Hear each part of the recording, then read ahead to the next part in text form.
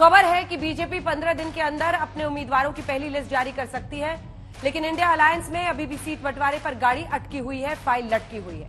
Alliance में नीतियां तय नहीं हो पा रही हैं, नेतृत्व को लेकर भी प्रश्न है। राज्यों में अपनी अपनी डफली, अपना अपना राग गाया जा रहा है। कांग्रेस क्षेत्रीय दलों से सहमति नहीं बना पा रही।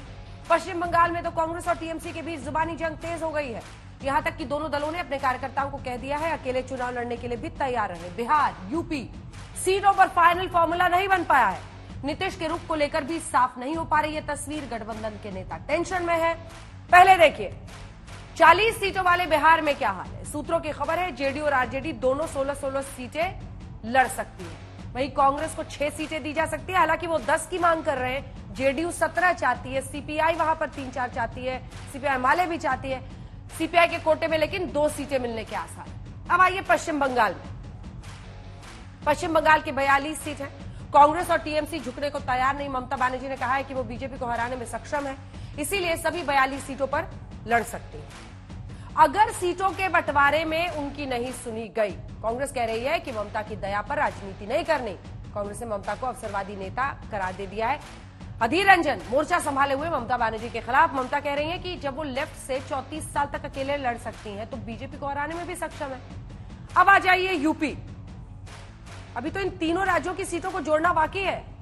सबसे ज्यादा 80 सीटों वाले यूपी में भी कांग्रेस समाजवादी पार्टी में सहमति नहीं हो पा रही है। समाजवादी पार्टी ने आरएलडी को 7 सीट देने का ऐलान किया है, लेकिन खबर है कि कांग्रेस यहां 15 से 20 सीट चाहती है, लेकिन अखिलेश उसे इतनी सीटें देने के मूड में नहीं है। अखिलेश करीब 65 सीटों पर उम्मीदवार उतारने को तैयार है। यूपी, बिहार और पश्चिम बंगाल तीनों की ताकत आपने समझ ली। यूपी में 80, बिहार में 40, बंगाल में 42, कुल मिलाकर 162 सीटें। यानी जो यहां पर जीता वो दिल्ली के सिंहासन पर बैठेगा। अब हम एक बार फिर 2019 में इन तीनों राज्यों के नतीजों पर नजर डालते हैं। बिहार में 19 में जेडीयू बीजेपी गठबंधन में थी, 40 में से 39 सीटें मिली थी। 1 सीट कांग्रेस को मिली थी, आरजेडी का खाता नहीं खुला था। बीजेपी को 17, जेडीयू को 16, एलजेपी को 6। पश्चिम बंगाल 2019 में 42 सीटों में टीएमसी को 22, 18 बीजेपी को, 2 सीट कांग्रेस को। यूपी में 2019 में बीजेपी को 62 सीटें मिली थी, सहयोगी अपना दल एस को 2, बीएसपी को 10 सीट मिली थी, जबकि समाजवादी पार्टी को सिर्फ 5, कांग्रेस 1। अब आइए आपको अपनी ये रिपोर्ट दिखाते हैं, जिसके बाद हम चर्चा की शुरुआत।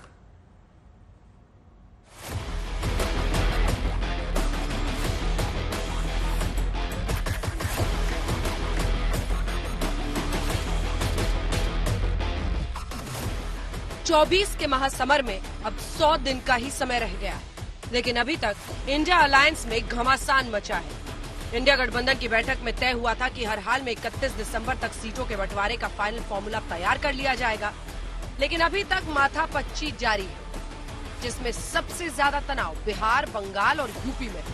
इन्हीं 3 राज्यों में लोकसभा की 162 सीटें हैं।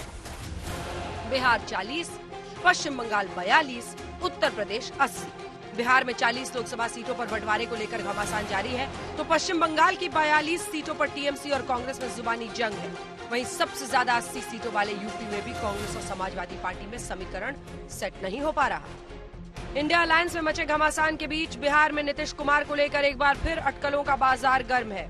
नीतीश के अचानक राज्यपाल से 40 मिनट की मुलाकात को लेकर एक बार पूछा जाने लगा है कि आखिर नीतीश के मन में क्या चल रहा है। क्या एनडीए में वापसी होगी? हालांकि बिहार में 5 फरवरी से बजट सत्र शुरू हो रहा है, लेकिन नीतीश का सियासी इतिहास देखते हुए एक बार फिर उनके रुख को लेकर सवाल उठने लगे हैं। जेडीयू कह रही है कयासबाजी पर ध्यान न दिया जाए। नीतीश इंडिया अलायंस के निर्माता हैं, इसलिए जल्द ही सीटों पर सहमति बन जाएगी। वो घोषणा कर चुके हैं, हम सीटों की तालमेल में हैं। वो इंडिया गठबंधन के निर्माता हैं। उन्होंने कई अवसरों पर बहुत स्पष्ट कहा है कि इसमें जल्दबाजी करनी चाहिए, सीटों के तालमेल को लेकर के, अन्य मामलों को लेकर के। तो उनकी जो गंभीरता है उसको गैर गंभीर तरीके से मीडिया को नहीं लेना चाहिए। नीतीश के रुख को लेकर इसलिए भी सवाल उठ रहे हैं क्योंकि कांग्रेस जहां दावा कर रही थी कि नीतीश राहुल की भारत जोड़ो न्याय यात्रा में शामिल होंगे, वहीं जेडीयू ने कांग्रेस के दावे को खारिज कर दिया, जिससे लग रहा है कि इंडिया अलायंस में ऑल इज वेल नहीं है। बिहार में प्रोग्राम की बात है, कौन सा प्रोग्राम करेंगे, कैसे करेंगे, इसके बारे में कांग्रेस पार्टी ने कोई फॉर्मल इन्विटेशन हमारी पार्टी के राष्ट्रीय अध्यक्ष जी को अभी तक नहीं दिया है। और मेरी जानकारी के मुताबिक अभी कोई इस तरह का प्रोग्राम नहीं है। जब उनका इन्विटेशन आएगा उसके बाद ही इस पर डिसीजन होगा कि हमारे राष्ट्रीय अध्यक्ष माननीय मुख्यमंत्री जी उसमें शरीक होंगे या नहीं होंगे। जेडी और आरजेडी लगातार दावा कर रहे हैं कि इंडिया गठबंधन में सब कुछ ठीक हो जाएगा और नीतीश कुमार की अगुवाई में बीजेपी का विजय रथ तीसरी बार रोक दिया जाएगा। इंडिया अलायंस में हर किसी को अपनी बात कहने का, रखने का अधिकार है। ममता बनर्जी जी ने भी अपनी बात को कहा है। हमारे नेता नीतीश कुमार जी ने हमेशा इस बारे में कहा है कि इंडिया अलायंस के अंदर जल्द से जल्द सीटों का बंटवारा होकर समन्वय स्थापित कर चुनाव लड़ा जाना चाहिए, ताकि मजबूती से भारतीय जनता पार्टी के नेतृत्व में एनडीए को परास्त किया जा सके। कांग्रेस पार्टी इंडिया अलायंस में सबसे बड़ा घटक दल है, तो यह उनकी स्वाभाविक जवाबदेही है कि कैसे विभिन्न प्रदेशों में क्षेत्रीय दलों के साथ समन्वय बने। जहां जो दल मजबूत है वहां चुनाव लड़े। बंगाल में ममता दीदी ने जो बातें कही है, ये सारी चीजें अपने अपने तरीके से हर दल के नेता कर रहे हैं, लेकिन अंतिम फैसला जब इंडिया गठबंधन की बैठक होगी तो उसमें लिया जाएगा और जो बेहतर विकल्प होगा वो अंतिम फैसला होगा, उस पर मुहर लगेगा। तो ममता दीदी जो बातें कह रही है बंगाल में, वो किस तरह से भाजपा का सफाया हो, इसको लेकर चिंतित है। अब पश्चिम बंगाल में इंडिया अलायंस को लेकर कांग्रेस और टीएमसी में बढ़ती जा रही तनातनी को देखिए। बात यहां तक बिगड़ गई कि कांग्रेस ने ममता बनर्जी को अवसरवादी बताते हुए कह दिया कि कांग्रेस ममता की दया पर राजनीति नहीं करती। ममता बनर्जी की दया दुरज पे कांग्रेस पार्टी अपना राजनीति नहीं करते, कभी नहीं किए थे, आज भी नहीं करते।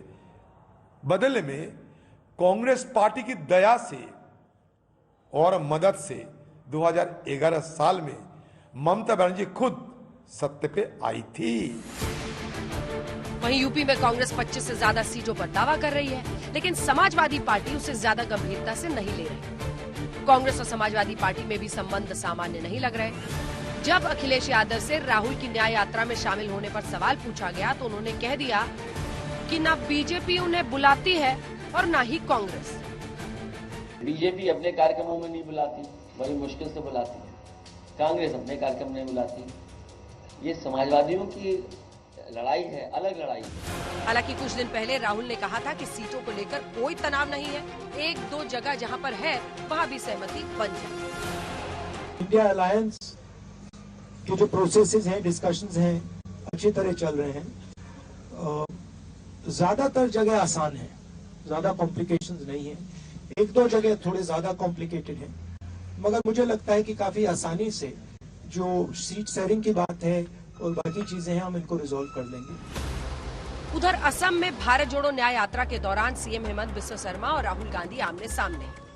हेमंत बिस्वा शर्मा ने राहुल की यात्रा को गुवाहाटी शहर से गुजरने की इजाजत नहीं दी। इस दौरान कांग्रेस कार्यकर्ताओं और पुलिस में जमकर झड़प हुई। मामला यहां तक पहुंच गया कि सीएम हेमंत बिस्वा शर्मा ने डीजीपी को राहुल के खिलाफ एफआईआर तक दर्ज करने के निर्देश दे दिए। कल भी राहुल को मंदिर जाने से रोकने के बाद राहुल गांधी अपने समर्थकों के साथ सड़क पर धरना करने बैठ गए थे। इस बीच खबर है कि बीजेपी 15 दिन के अंदर अपनी पहली लिस्ट जारी कर सकती है। वहीं इंडिया गठबंधन में आपस में ही तलवारें खींची हैं। उम्मीदवारों का चयन तो छोड़िए, अभी ये नहीं तय हो पाया है कि किस राज्य में कितनी सीटों पर कौन लड़ेगा। माना जा रहा है कि अगर इंडिया अलायंस ने सीटों के बंटवारे पर जल्दी फैसला नहीं लिया तो दिल्ली के ताज का सपना कहीं सपना न रह जाए। आज तक ब्यूरो।